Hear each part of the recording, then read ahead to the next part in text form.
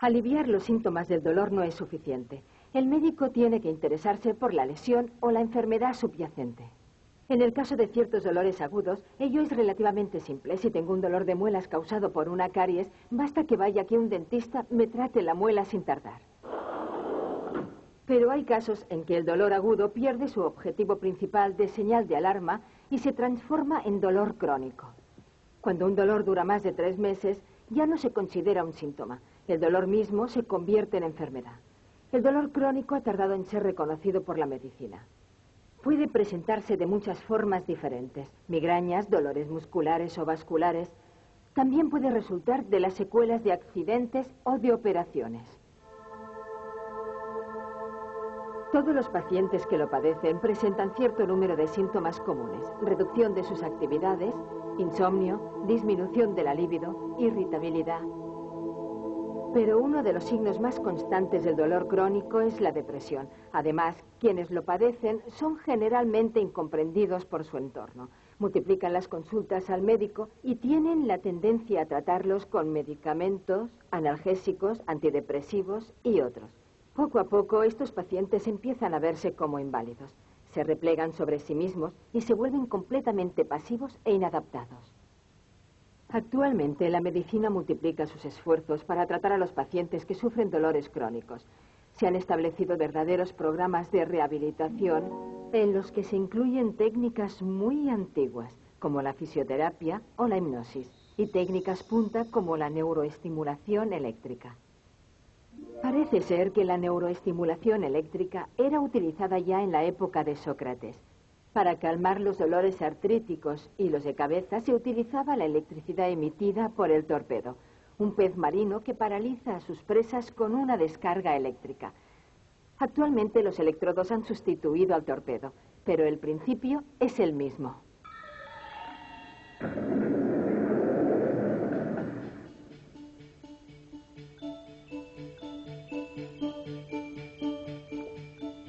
¿Habríais imaginado que estimular eléctricamente un nervio simplemente apoyando un electrodo en la superficie de la piel podría aliviar durante varias horas el dolor causado por una ciática? Se trata de un tratamiento eficaz del dolor, la neuroestimulación eléctrica transcutánea. La neuroestimulación eléctrica transcutánea consiste en utilizar una corriente eléctrica para bloquear la transmisión de los mensajes dolorosos. Situado sobre la piel a lo largo del trayecto del nervio partiendo del punto donde se origina el dolor, un electrodo conectado a un estimulador a pilas puede producir un campo eléctrico suficiente para activar las fibras nerviosas más grandes contenidas en el nervio. Las fibras grandes son las que canalizan normalmente las sensaciones táctiles ligeras, como las cosquillas.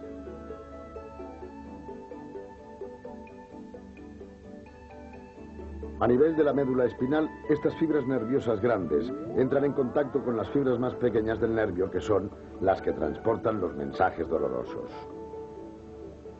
Estimuladas por un campo eléctrico, las fibras grandes pueden interrumpir la transmisión del mensaje del dolor y producir así un alivio del dolor. La neuroestimulación eléctrica transcutánea es una terapia muy apropiada para una variedad de dolores porque el paciente queda libre de los efectos secundarios que conlleva la administración de medicamentos como los narcóticos. La neuroestimulación eléctrica transcutánea puede aplicarse para aliviar ciertos dolores crónicos.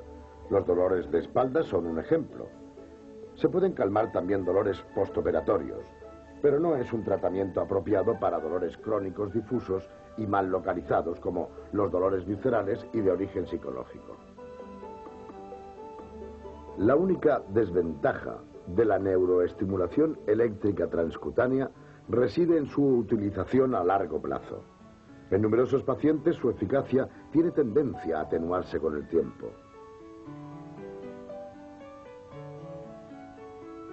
Recientemente, los investigadores preocupados por el fenómeno de los dolores recalcitrantes han ideado una intervención bastante espectacular para aliviar dolores que no responden a ningún tratamiento. Esta intervención consiste en estimular directamente los cordones posteriores de la médula espinal, que son responsables del control del dolor. Se empieza por hacer una incisión en la piel para introducir el electrodo en el espacio epidural sin tocar la médula espinal. El neurocirujano efectúa la inserción del electrodo bajo control televisado. Se estimula progresivamente esa zona de la médula espinal hasta obtener vibraciones en todo el territorio doloroso. En este caso, se trata de la pierna derecha. Para hacerlo, el paciente, que está despierto durante toda la intervención, advierte al cirujano cuando la estimulación provoca una ligera vibración en el lugar preciso donde siente el dolor.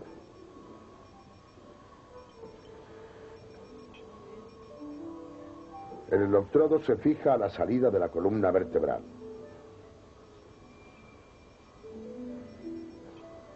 Se conectará a un generador de impulsos eléctricos. Este último está localizado en un bolsillo en la parte inferior del tórax del lado escogido por el paciente.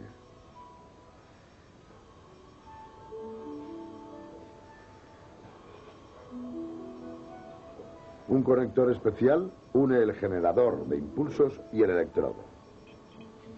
Este tipo de implantaciones se aplica, por ejemplo, para dolores crónicos producidos por traumatismos en la columna vertebral o por trastornos vasculares periféricos. Desde hace poco se utiliza también en los casos de angina refractarios a todos los demás tratamientos. Es el médico el que programa los parámetros del generador de impulsos eléctricos. Esta programación podría ser ajustada según las necesidades.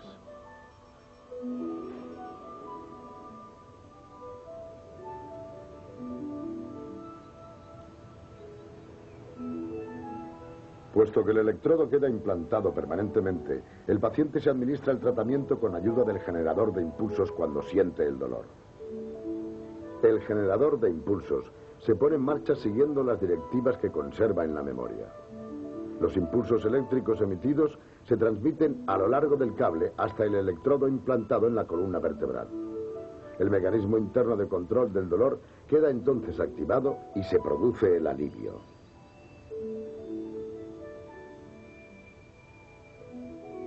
Se puede implantar también un electrodo en una región del cerebro llamada tálamo para aliviar, por ejemplo, ciertos dolores faciales crónicos o los dolores procedentes de miembros amputados. Aunque la implantación de electrodos en ciertas regiones del sistema nervioso es delicada, mejora tanto la calidad de vida de las personas afectadas por dolores recalcitrantes que vale la pena intentarlo.